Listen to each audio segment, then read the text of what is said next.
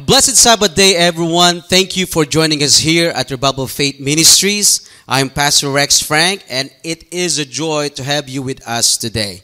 I hope and pray that everyone is doing well under the guidance and care of Almighty Father Yahweh. Special thanks to all our brothers and sisters in the Revival Faith family who are present here today, as well as those joining our Sabbath service through our online broadcast. We deeply appreciate you taking the time to worship with us today. May this message inspire and bless your lives today. Can everyone say hallelujah? Hallelujah. All right, to start our message today, let's go ahead and open our Bibles to the book of Matthew. Matthew chapter 9, verse 37 to 38. Let's go ahead and read this. Then he, Yeshua, said to his disciples, "The harvest is plentiful, but the laborers are few. Therefore, pray earnestly to Yahweh of the harvest to send out laborers into his harvest." Can everyone say hallelujah? Hallelujah. Friends, join me as we humble ourselves and pray to Almighty Father Yahweh as we receive his word today. Let us pray. Heavenly Father Yahweh, we come to you today with grateful hearts, thankful that you have brought us together in this place. Thank you for giving us this chance to worship you and to hear your word.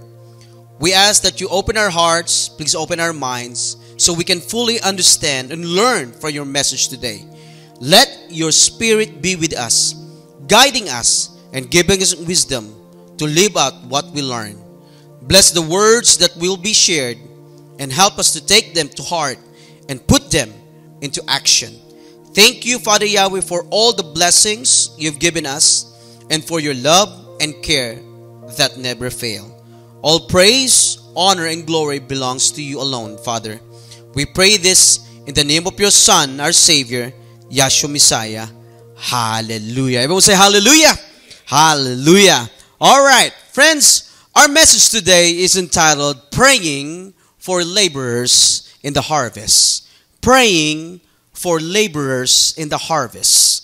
Friends, in our opening Bible passage in Matthew chapter 9, verse 37 to 38, our Messiah Yeshua spoke about a significant opportunity and an urgent need that remain vital today. Our Messiah Yeshua shows us that there are so many people around us who are ready to hear about Abba Yahweh's word and the truth. It's like a field full of ripe crops just waiting to be gathered. And before we go further into our message, let's take a moment to understand the story behind our opening Bible passage. What led Yeshua to say these words? What was happening back then and what can we learn from it? Let me explain it in a simple and relatable way for us today.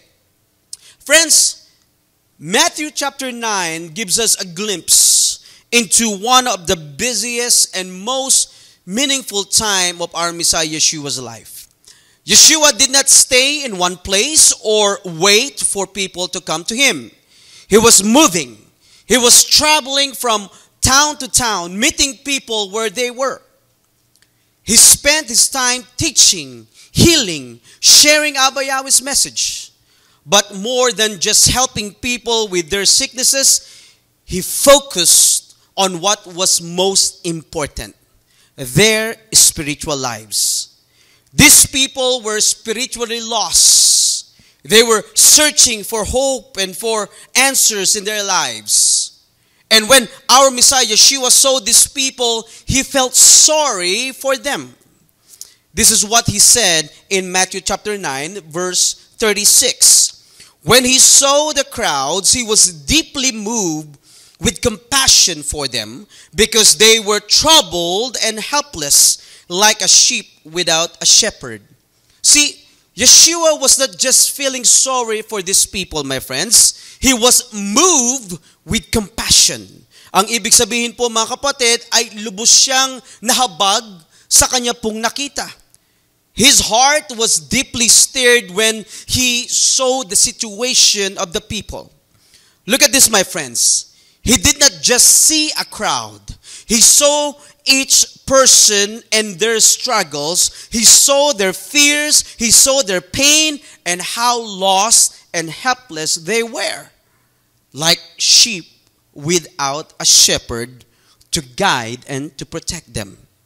So, while Yeshua was looking at these people, he used an image that his disciples will understand. He said the phrase, the harvest. The harvest. In verse 37, basahin po natin ang sinabi po ng ating Messiah Yeshua. Matthew chapter 9, verse 37. And he said, Yeshua said to his followers, there is such a big harvest of people to bring in, but there are only a few workers to help harvest them. Look at this, my friends. Nung panahon na yon, most people live in a farming communities.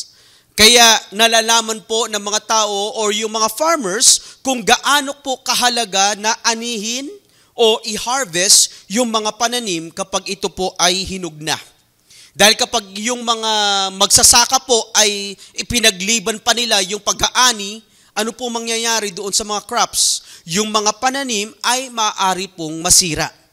That is why time was very critical for them to act. However, ang ating Messiah Yeshua ay hindi po mga bunga ng mga pananim ang kanya pong tinutukoy dito. Hindi po mga bunga ng pananim ang kanyang sinasabi dito, my friends. He was talking about people. He was saying that these people are ready to hear about Abba Yahweh. And someone needs to step up and share the truth and the good news to them.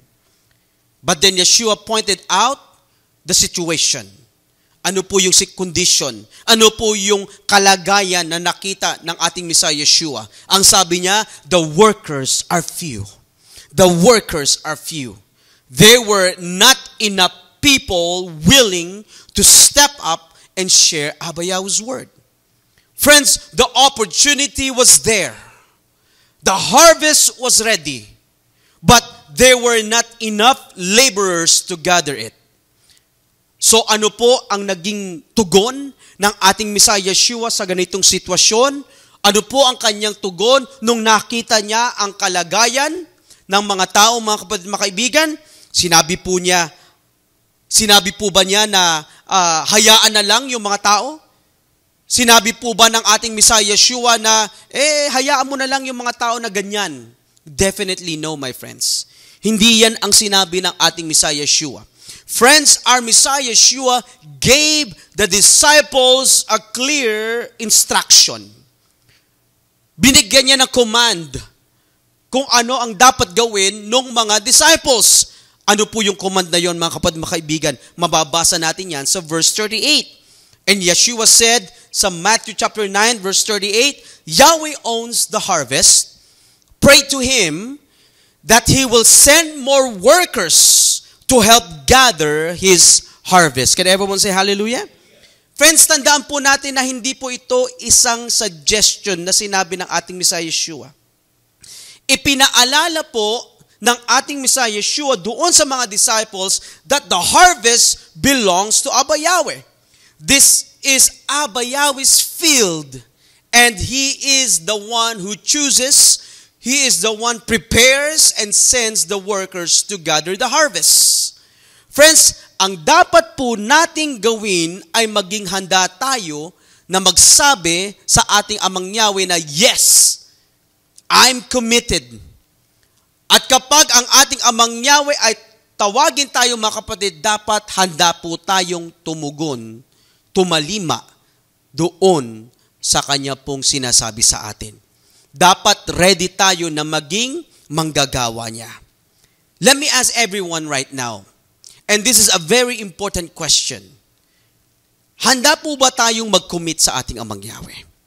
Handa po ba tayong magsabi ng, yes, Almighty Father Yahweh, handa po ako. Handa po akong maging daan upang maihayag ang katotohanan sa ibang mga tao. Friends, let us all remember that our Messiah Yeshua is calling us to be part of this amazing opportunity to bring people closer to His Father. He is asking all of us to step up and fulfill our calling as Abba Yahweh's people. Tama po ba?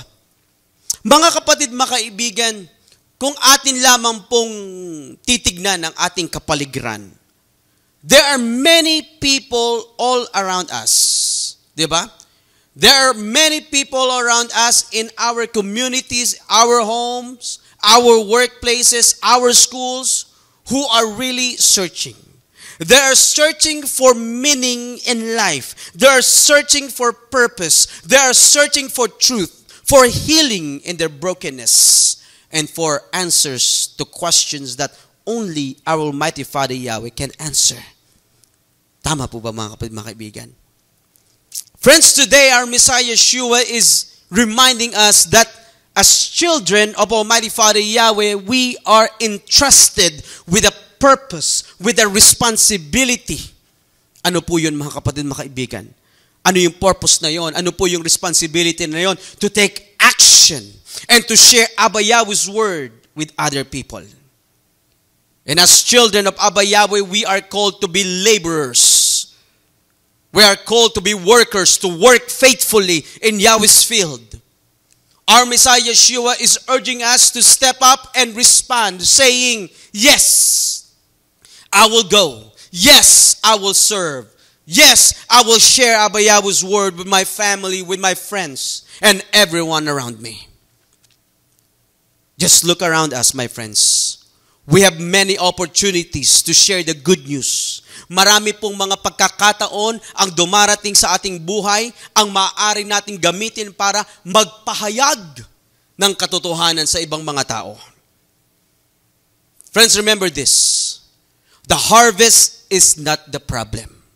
Ulitin ko mga kapatid. The harvest is not the problem. It has never been the problem. Yeshua did not say the harvest is insufficient. Hindi niya sinabi mga kapatid na yung harvest is kakaunti. Hindi niya sinabi na the harvest is not ready. Hindi pa handa. Hindi niya sinabi yun. Anong sabi ng ating Messiah Yeshua? The harvest is plentiful.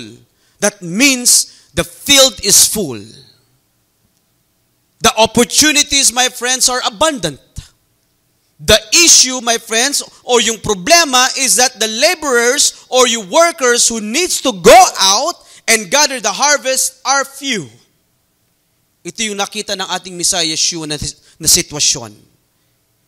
Think about that for a moment, my friends. Ang challenge, mga kapatid, mga kaibigan, ay hindi iyong mga taong makikinig ng salita ng ating Amang Yahweh. Hindi problema, mga kapatid, yung mga makikinig sa salita ng ating Amang Yahweh. Dahil maraming mga tao ang nais na makinig kung bibigyan ng opportunities to hear Abba Yahweh's word.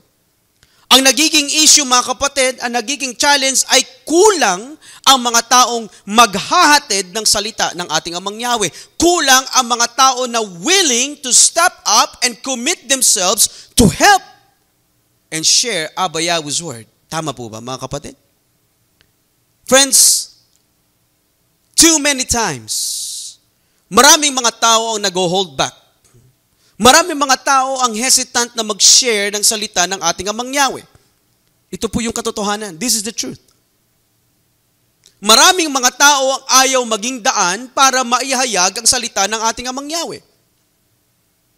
People are very reluctant to step out of their comfort zones. Many people are so afraid of rejection. Many people are so scared of criticism or simply they are unsure kung paano nila i-approach ang ibang mga tao to share Abba Yahweh's word. Kaya po ano nangyayari? Nagkakaroon ng mga excuses. Anong sinasabi? Busy po ako. Nahihiya ako, hindi ko kaya yan. Wala akong talents para ma-share ang salita ng ating Amang Yahweh. Yung iba nagsasabi, wag na lang ako. Ibang tao na lang ang gumawa niyan dahil hindi para sa akin yan. However, look at this, my friends. Hear me out. What if, look at this, what if that someone else is you? What if that someone else is you? What if iyong ibang tao na itinuturo mo ay ikaw pala yun? Tama po ba? What if you are the laborer or the worker our Messiah Yeshua is calling into the field? Baka ikaw yung hinahanap. Friends, remember the harvest is ready. Remember this, my friends, that the fields are ripe. But the crops won't gather themselves. Hindi po kusang maaani ang mga pananim. Tama po ba? Someone must stand up and do the work to bring the harvest into the storehouse. And this is an urgent or immediate call to action. Not for tomorrow, not next week, or not next month, or next year. This urgent call to act is for today, para sa araw na ito. The big question is, who will answer the call? Sino po ang tatalima to gather the harvest? Sino po mag-aani ng mga pananim? Friends, the work must be done. It cannot be done alone. It requires people. People who are faithful, people who are willing to serve Abba Yahweh like you and me. Ano po ang sabi mga kapatid? Sa 2 Timothy chapter 4, verse 2, sabing ganyan, Tell everyone Yahweh's message. Be ready at all times to do whatever is needed. Tell people what they need to do. Tell them when they are doing wrong. And encourage them. Do this with great patience and careful teaching. Friends, we are called to be the workers of the harvest. Showing the world who Abba Yahweh is. Not just through words, but through the power of our love and the impact of our actions. Ano po ang sabi ng ating Messiah Yeshua sa ating opening Bible passage kanina mga kapatid? Sabi niya, pray to Yahweh. Pray to Yahweh of the harvest to send out workers. Why did he say that? Bakit po niya sinabi ito mga kapatid? Because we cannot do this work by ourselves. It only begins with prayer. Asking Abba Yahweh who owns the fields and the harvest to guide us and steer the hearts of His people to take action. Remember this, my friends. Praying is important. Praying is important, subalit ang panalangin ay hindi po magiging sapat kung wala po itong kalakip na paggawa. We need to be ready to take action and be the answer to those prayers. Tama po ba? Friends, we need to let Abba Yahweh use us to do His work. Ulitin ko pa mga kapatid. We need to let Abba Yahweh use us to do His work. We must be willing to serve Him.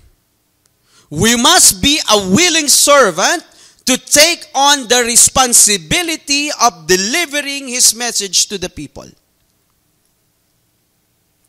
I remember the story of Prophet Isaiah. Who is Isaiah, mga kapatid? Who is Isaiah? He was one of the major prophets in the Bible, and he was chosen by Abba Yahweh to be His messenger to the people of Judah and Jerusalem.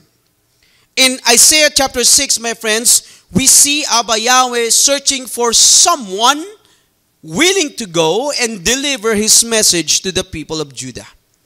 He needed a messenger to carry out His divine mission.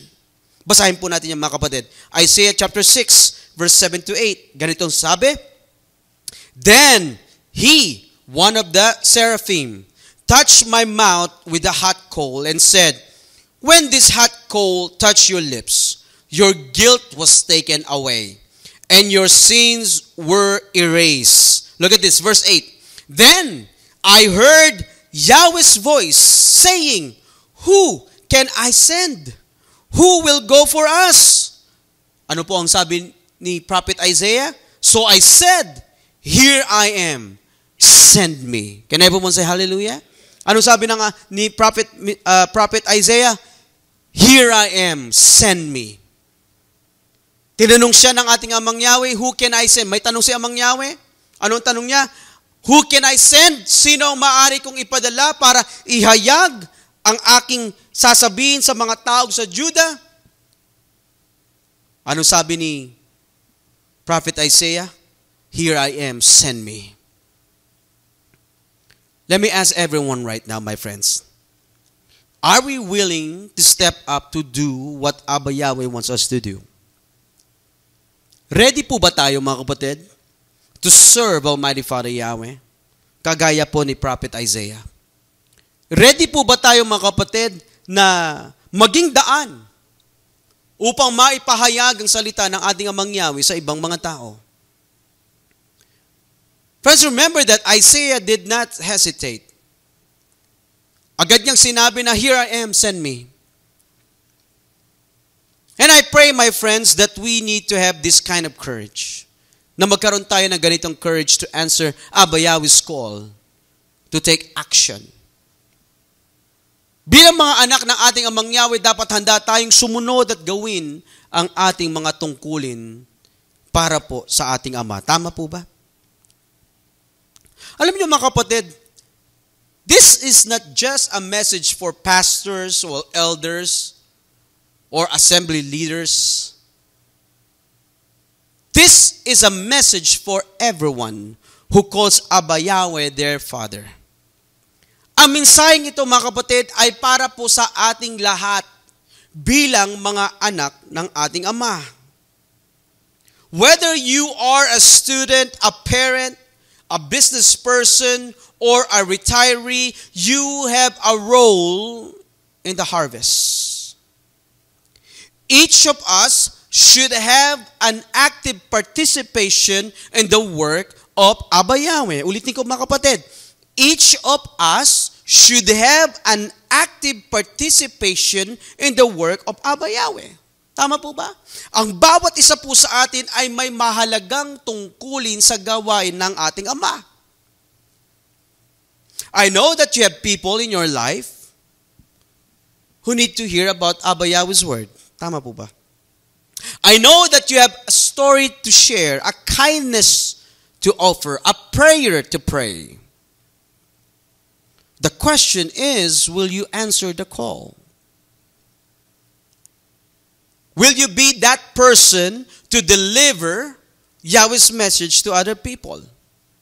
Or will you let the opportunity pass by? Look at this, my friends. The time is now. Ang oras at ang pagkakataon ay ngayon na. When we go outside later on sa ating pong pag-uwi, look around you and see kung sino-sino pa ang hindi po nakakaalam ng katotohanan. Sino-sino po ba ang hindi pa nakakarinig o nakakaalam ng mga mabubuting salita ng ating Amang Yahweh? When you look at your social media later on, look at your friends who are not familiar sa inyong pananampalataya. When you go to work, when you go to school, there are many people who does not know about Abba Yahweh and our Messiah Yeshua. Tama po ba? Marami pang mga tao around us na hindi pa nakakakilala sa ating Amang Yahweh at sa ating Messiah Yeshua. Marami pang mga tao, mga kapatid, ang hindi pa nakakaalam ng katotohanan. Friends, the harvest is ready. And the time to act is now. And we cannot afford to wait because the harvest won't wait for us. We will miss the opportunity to share Abba Yahweh's word kung hindi po tayo tatalima sa pagtawag ng ating Amang Yahweh na maging laborers or workers niya. Tama po ba? Kailangan ng ating Amang Yahweh na ready po tayo na tumalima kapag tayo po ay tumawag. O kapag tayo po ay tinawag niya. Kapag binigyan po tayo ng oportunidad na maihayag ang salita ng ating Amang Yahweh, dapat po hindi tayo reluctant or hesitant na maghayag ng katotohanan sa ibang mga tao. Tama po ba? Friends, let me give you another example of individuals who immediately and faithfully answer Abba Yahweh's call without hesitation. One of the most amazing but overlooked stories in the Bible is about the shepherds and angels during the birth of Yeshua Messiah. Ito po yung encounter ng mga pastol at ng anghel noong ipinanganak ang ating Messiah Yeshua. Sino-sino po dito ang nakakaalala sa nangyari when the angel told the shepherds about the birth of our Messiah Yeshua? Naalala po ba ninyo yung kwentong ito? Alam niyo mga kapatid, this story is a powerful reminder on how faith and immediate action can bring great results. And it is a perfect example of why we pray for Yahweh to send more workers. Alam niyo mga kapatid, this humble field workers, itong mga shepherds, who are often unnoticed, di ba? Hindi sila ganong napapansin. They immediately responded to Abba Yahweh's message with open hearts and eagerness. Nung magpakita po ang anghel sa kanilang mga kapatid, and when they received the message from the angel, they were eager to share the message. Let's go ahead and read their story, mga kapatid. Doon sa Luke chapter 2, verse 8 to 20. Ganito po ang pagkakasabi. Basahin po natin to. Verse 8 hanggang 20.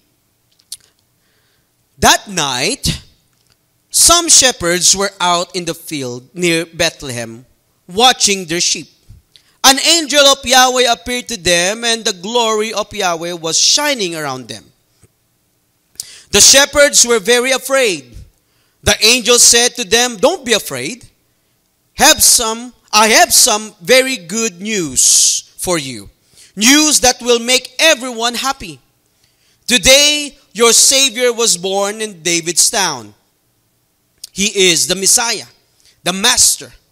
This is how you will know him. You will find a baby wrapped in a pieces of cloth and lying in a feeding box." Verse 13. Then a huge army of angels from heaven joined the first angel, and they were all praising Yahweh, saying, "Praise Yahweh in heaven, and on earth let there be peace to the people who please him." The angels left the shepherds and went back to heaven.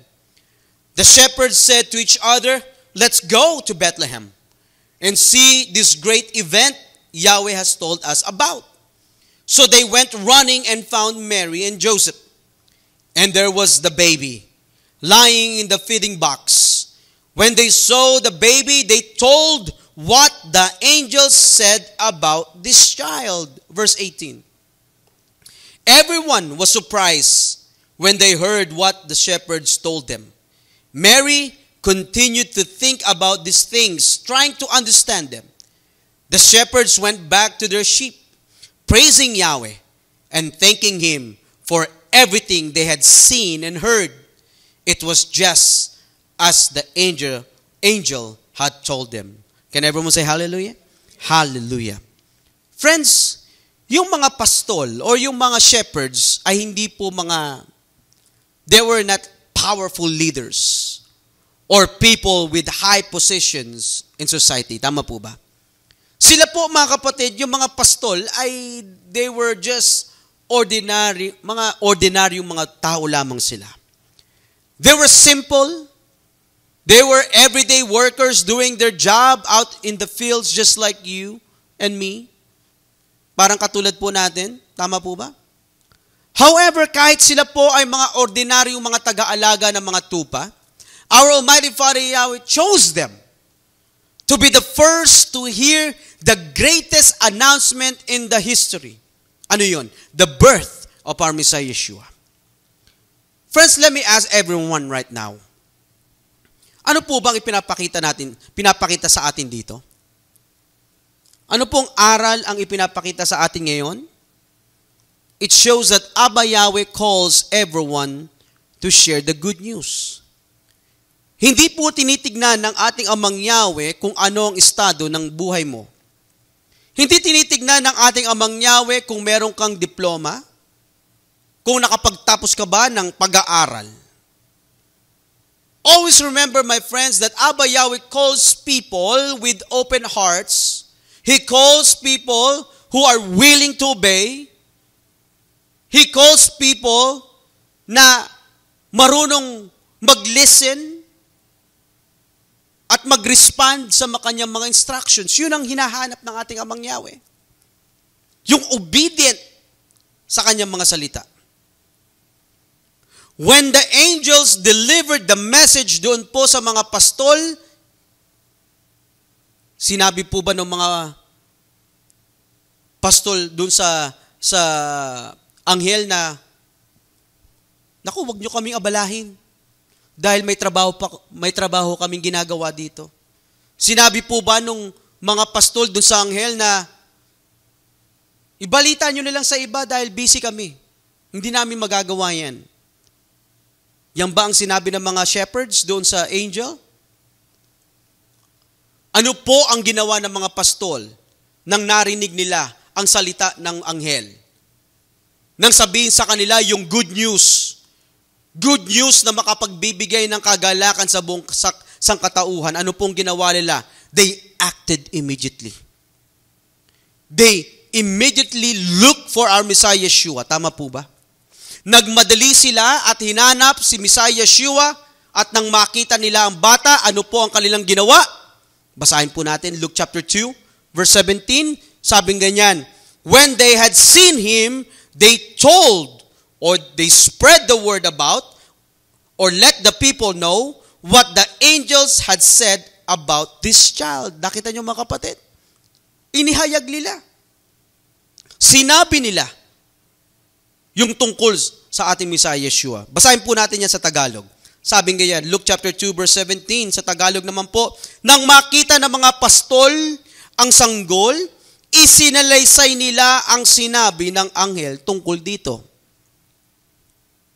Ano po ang ginawa ng mga pastol, mga kapatid? Inihayag nila ang magandang balita tungkol sa ating Messiah Yeshua. Friends, the shepherds teaches us that when Abba Yahweh calls, we should not wait. We need to act right away. The harvest is ready. And time is short. If Abba Yahweh is calling you to share His message, don't hesitate. Say yes. Say yes to our Almighty Father Yahweh. Kung mapapansin po ninyo mga kapatid, dun sa ating binasa kanina about the shepherds o dun sa mga pastol, nakita po natin mga kapatid, iniwan po nila ang kanilang mga inaalagaang tupa. Tama po ba? Kung mapapansin nyo mga kapatid, dun sa ating binasa kanina, huminto yung mga pastol, yung mga shepherds sa kanilang mga ginagawa. Isinantabi muna nila yung kanilang mga trabaho and they paused their personal tasks so they could see Yeshua and proclaim the good news. Tama po ba? Let me clarify something, my friends. Hindi po natin sinasabi, mga kapatid, na iwan natin ang ating mga trabaho. Hindi po natin sinasabi yan. Hindi po natin sinasabi, mga kapatid, na iwan natin ang mga responsibilities natin. Wala po tayong sinasabi niyan. What we are emphasizing is that the shepherds understood their role and their purpose in that moment. Nalalaman po nila o nalaman nila kung ano ang mahalagang gawin sa oras na iyon. They recognized what mattered most at that specific time and they acted on it. Tama po ba? The shepherds show us what it means to have the right priorities. They didn't ignore their work. Hindi po nila inignore yung kanilang mga trabaho, but they knew that when Abba Yahweh calls, they needed to obey and act right away. Tama po ba? In fact, pagkatapos po nilang ihayag yung mabuting salita, ano ang kanilang ginawa, mga kapatid? Basahin po natin. Luke chapter 2, verse 20. Ganito po ang sabi. The shepherds went back to their sheep, praising Yahweh and thanking Him for everything they had seen and heard. It was just as the angel had told them. So nakita nyo, mga kapatid, bumalik sila sa kanilang mga trabaho. Bumalik sila sa kanilang mga gawain. Ano po yung tinuturo na sa atin po dito, mga kapatid? Anong lesson ang ipinapahayag sa atin? Mga kapatid, mga kaibigan, maaari nating unahin si Amang Yahweh sa ating buhay, gawin ang ating mga tungkulin habang ginagampanan din natin ang ating mga pang-araw-araw na responsibilidad. Tama po ba? We must know to prioritize our responsibilities sa ating Amang Yahweh. Kahit tayo po ay may mga trabaho, kahit tayo ay may school, kahit tayo ay may mga gawain o mga tasks, mga chores, mga personal responsibilities, dapat alam natin na unahin ang gawain ng ating Amang Yahweh. Hallelujah! Look at this, my friends. Those shepherds could have made excuses. They could have said, sinong magwa-watch ng mga sheep? Kung aalis kami dito, kung iiwanan namin dito yung aming trabaho, sino titingin sa mga tupa namin? Di ba? They could have said na busy kami. Hindi namin pwedeng gawin yan. Hindi namin pwedeng hanapin yung Bisaya na sinasabi mo. We're so busy na hindi kami makakapunta doon at sasabihin namin yung mabuting balita na sinabi mo sa akin. So sa amin. Hindi po yan sinabi ng mga shepherds. But instead, they trusted the Almighty Father Yahweh to take care of everything while they focus on what was truly important that time. Di ba? Let me ask everyone right now. Ganito po ba tayo? Kahit ba busy tayo sa ating mga personal na gawain, sa trabaho, sa school, nagagawa po ba natin ang ating responsibilidad sa ating Amang Yahweh, yung mga tungkulin natin sa Kanya? Nagagawa po ba natin? Or do we make excuses? I know that many people today are so busy with their daily tasks and their responsibilities that they forget the most important thing in their lives. Sino yun? Our Almighty Father Yahweh. Dahil sa busy na kanilang buhay, nakakalimutan nila ang ating Amang Yahweh at ang kanilang mga tungkulin sa Kanya. But remember this, my friends, kung titingnan lang natin yung mga pastol, yung mga shepherds, doon sa ating story, the shepherds did not let their daily tasks or their work stop them from answering Abba Yahweh's call. Tama po ba? They went to see Yeshua. They shared the good news. And they gave all the glory to Abba Yahweh. Nagawa po naman nila eh. Tama po ba? Then bumalik sila. After that, bumalik sila sa kanilang trabaho. Hindi po naging balakid sa kanila ang trabaho nila, mga kapatid, yung dapat yung mga responsibilities nila para hanapin ang ating Messiah Yeshua, para i-share ang good news, para makapagbigay ng kapurihan sa ating Amang Yahweh. Hindi po naging balakid. Tama po ba? And pagkatapos nilang ginawa yun, they went back to their work. Abba Yahweh is still calling us today, my friends. It might not be angels appearing in the sky na nagtumatawag sa atin, but Abba Yahweh's call is just as real and important na dapat nating tugunan. Abba Yahweh is inviting us to share the truth. Abba Yahweh is inviting us to spread the good news and be a light sa iba pong mga taong nakakasalamuhan natin araw-araw. Remember this, my friends, the chance to reach people around us might not come again. Ulitin ko. The chance to reach people around us might not come again. Think about that.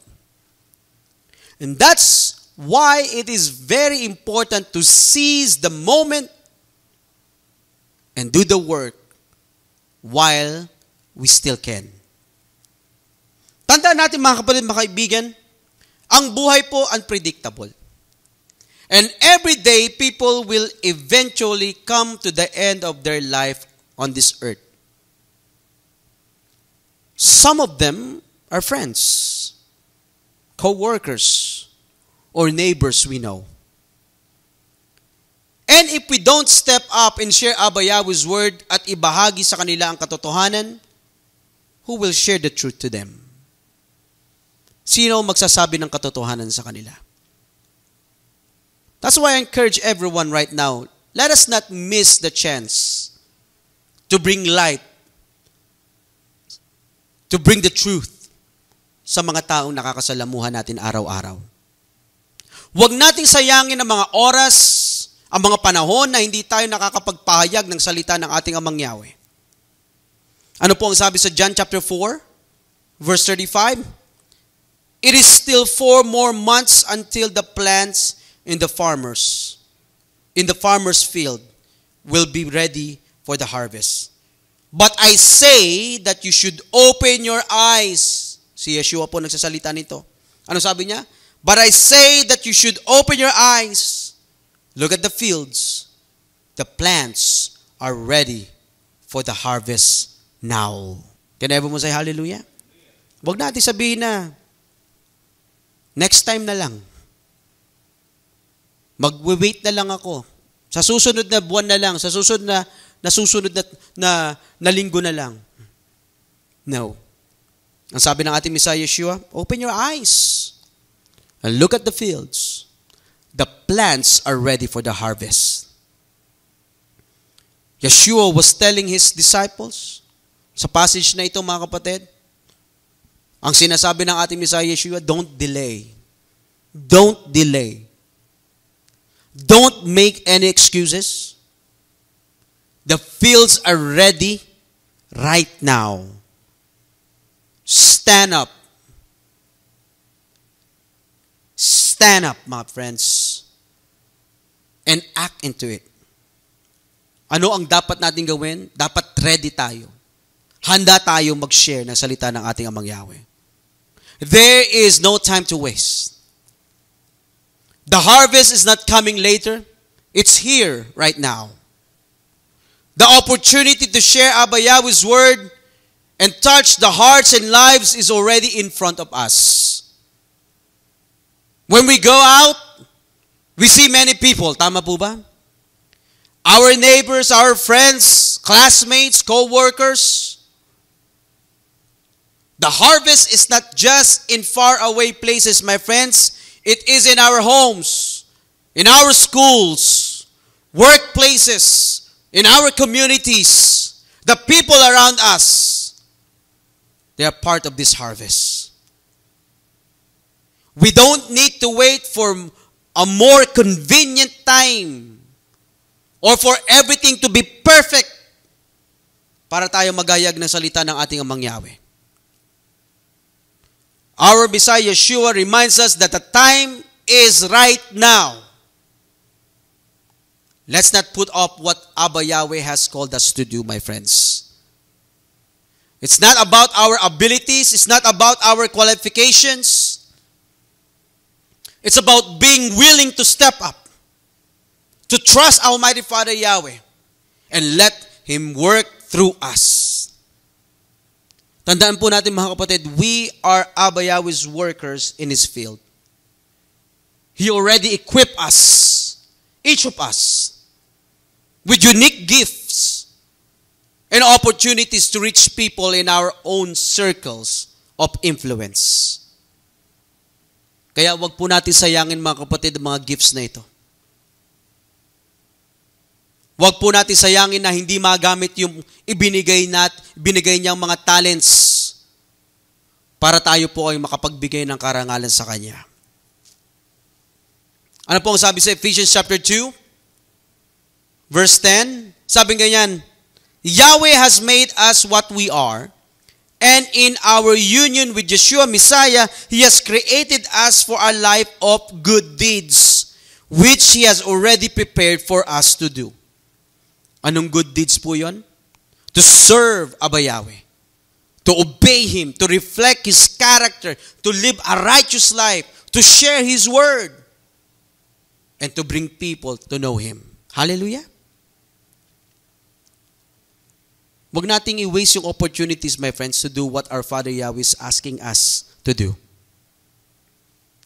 If we don't share the truth, if we don't step into the field, some people may never hear the truth. Tandaan po natin yan. Ano po ang sabi sa Romans chapter 10, verse 14 to 15?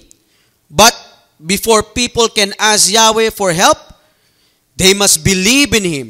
And before they can believe in Him, they must hear about Him. And for them to hear about Yahweh, someone must tell them. And before someone can go and tell them, that person must be sent. It is written, how beautiful is the person who comes to bring good news. Can everyone say hallelujah? Friends, the Bible verse shows us how important it is to share the good news step by step. People cannot believe in Almighty Father Yahweh if they have never heard about Him. And they won't hear about Him unless someone tells them. And that is where we come in. That is where we come in. Our Almighty Father Yahweh has chosen us to share His message of hope and salvation with the world. Tandaan po natin mga kapatid, mga kaibigan, it is a privilege. Ulitin ko mga kapatid. It is a privilege. And it is a responsibility that we must not take lightly. Just think about this. Our Almighty Father Yahweh could have sent angels to deliver His message. Tama po ba? He can easily instruct His angels to do this for Him. Yung mag-share ng salita. But instead, He chose us, ordinary people, to be His messengers. Tama po ba? Alam niyo mga kapatid, when we say it is a privilege, ang ibig sabihin po nito mga kapatid, we have a special right granted to us to do something that is not available to everyone. Hindi lahat gumagawa. Sa atin lamang, ibinigay ng ating Amang Yahweh ang tungkuling ito. And my question is, handa po ba tayong gawin ang tungkulin na ito? Our Almighty Father Yahweh chose you to be part of His great and amazing plan. Di ba? We have been chosen to do a special work for Abba Yahweh. Can everyone say hallelujah? Ano po ang sabi sa John 15 verse 16? You did not choose me, I chose you. And I gave you this work to go and produce fruit. Fruit that will last. Then the Father will give you anything you ask for in my name. Can everyone say hallelujah? Sabi nga yan, I chose you. And I gave you this work. See, through our Messiah, Yeshua, pinili po tayo ng ating Amang Yahweh to be one of His workers in His field. Nagpapakita lamang ito kung gaano tayo pinagkakatiwalaan ng ating Amang Yahweh. Ibinigay ang responsibilidad na ito upang maging daan, upang makilala siya. Makilala ang katotohanan o malaman ang katotohanan ng ibang mga tao. This mission is not just for someone else. It's for you, for me, for all of us. Kaya maging seryoso po tayo sa pagtawag na ito ng ating Amang Yahweh sa atin. Friends, we must act with urgency. Dahil buhay na walang hanggan na pinag-uusapan natin dito, mga kapatid. Salvation. We are talking about receiving the eternal life and we must act right now. Ano po ang sabi sa Matthew 28, verse 19? Sabi ganyan, so go and make followers of all people in the world.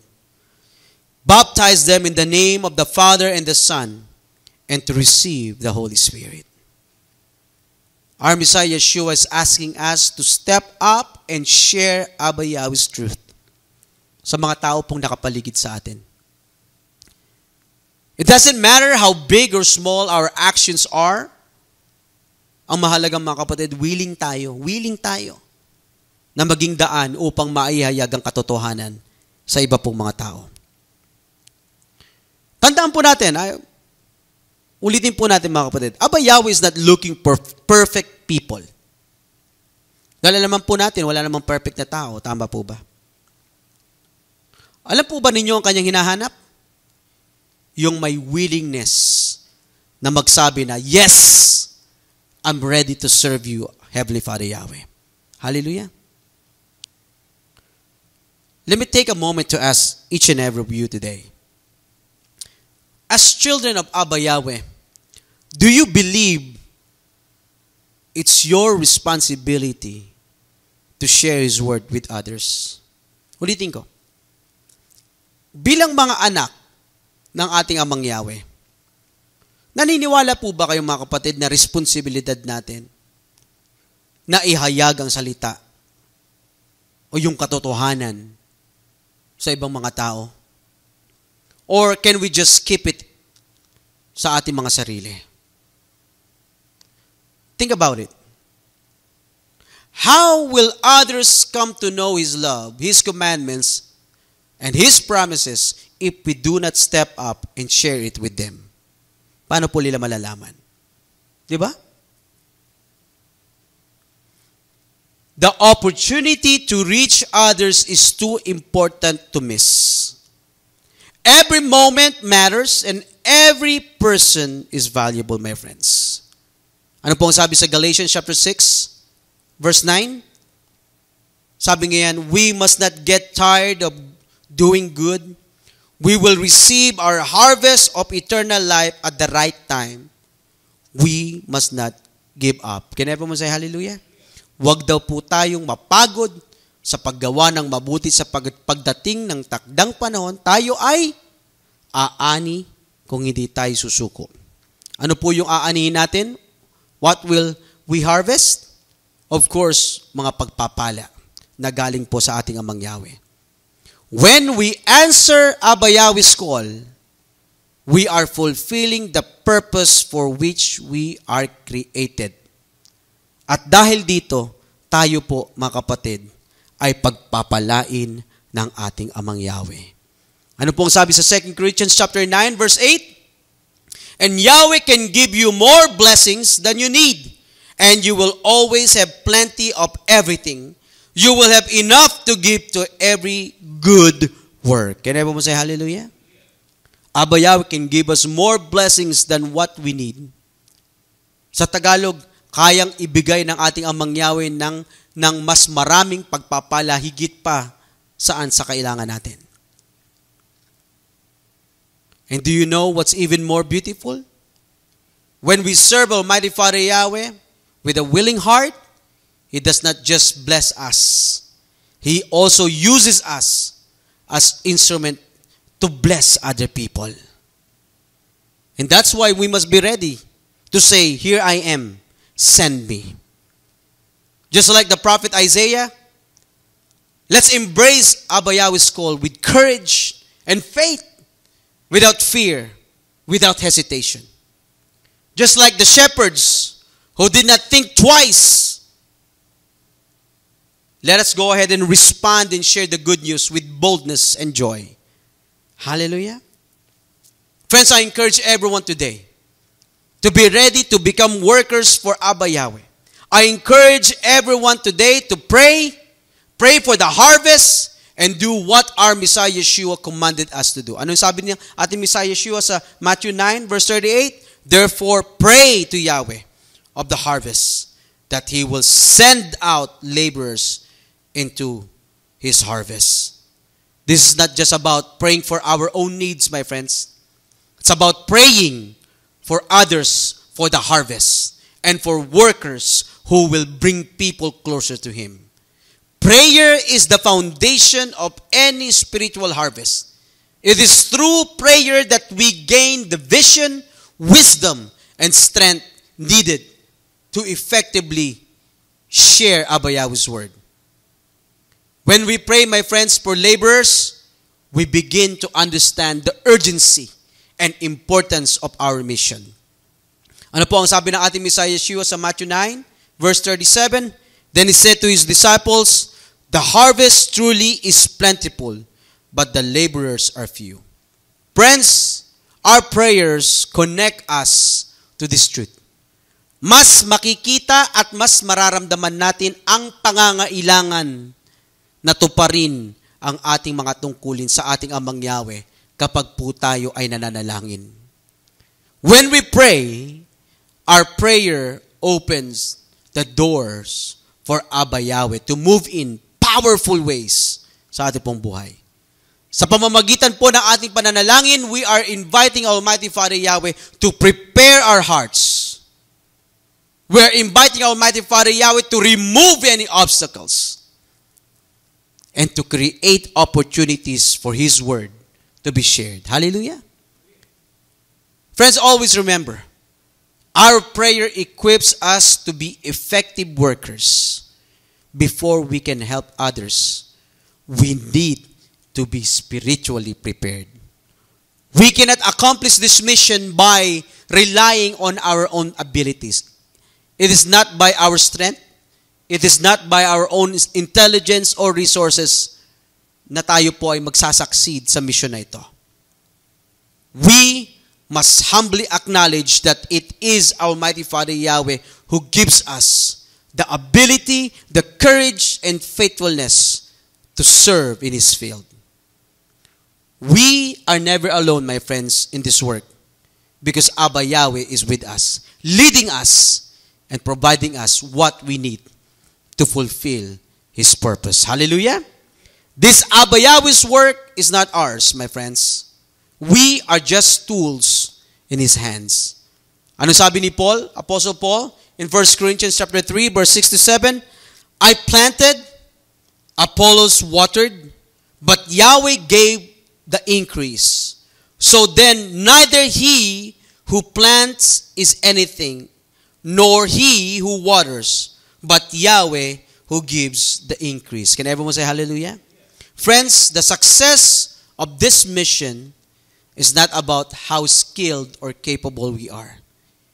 It's about Abba Yahweh's power working through us.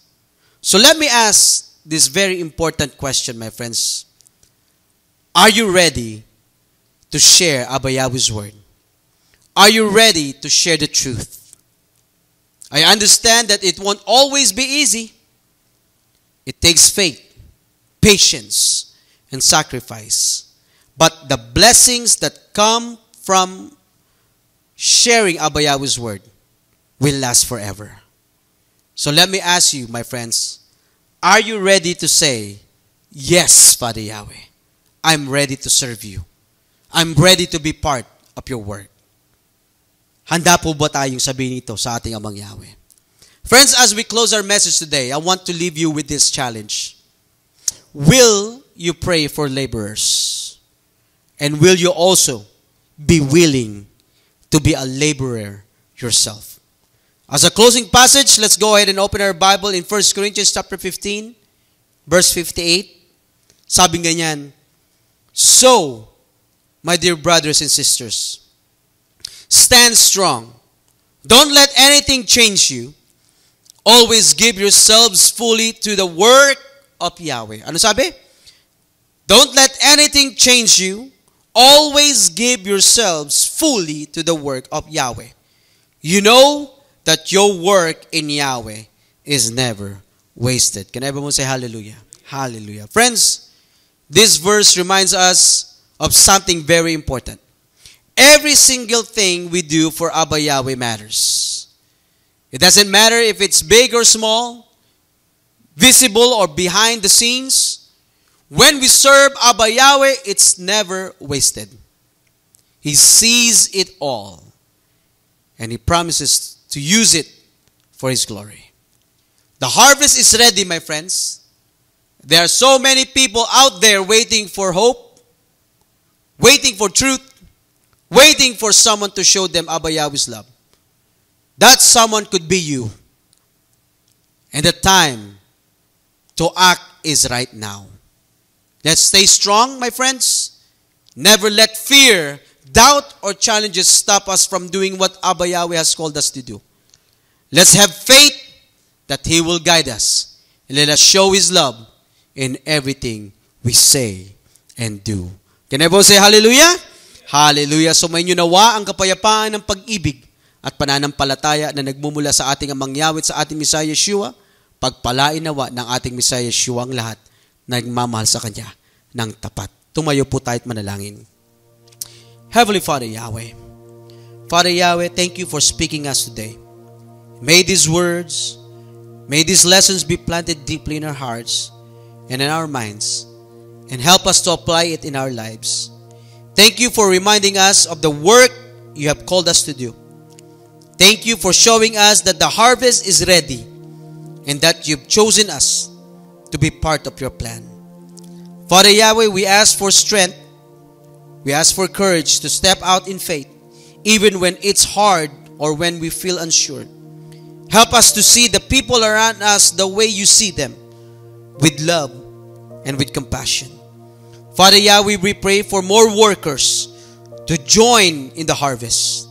Stir hearts, raise up leaders, and send more of your people to share your message of hope and salvation. Father Yahweh, bless everyone here today. Guide us as we go into the week ahead of us. Let us be a light to the people around us and reflect your love in all that we do. Once again, Father Yahweh, we thank you. We bring back all the glory and praise to your wonderful and powerful name. And we ask all this through the name of your Son, our Savior, Yahshua Messiah. Hallelujah. Can everyone say hallelujah? Hallelujah. Let's go and stand up and receive Abba Yahweh's blessings. Taas po natin ating mga kamay. Yevereka ka Yahweh vishmereka. Yair Yahweh panebileka vikunika. Yesa Yahweh panebileka viyasem. Leka shalom. May Yahweh bless you and keep you. May Yahweh make shine His face on you and be gracious to you. May Yahweh lift up His face unto you and give you peace. Happy Sabbath, everyone. Hallelujah.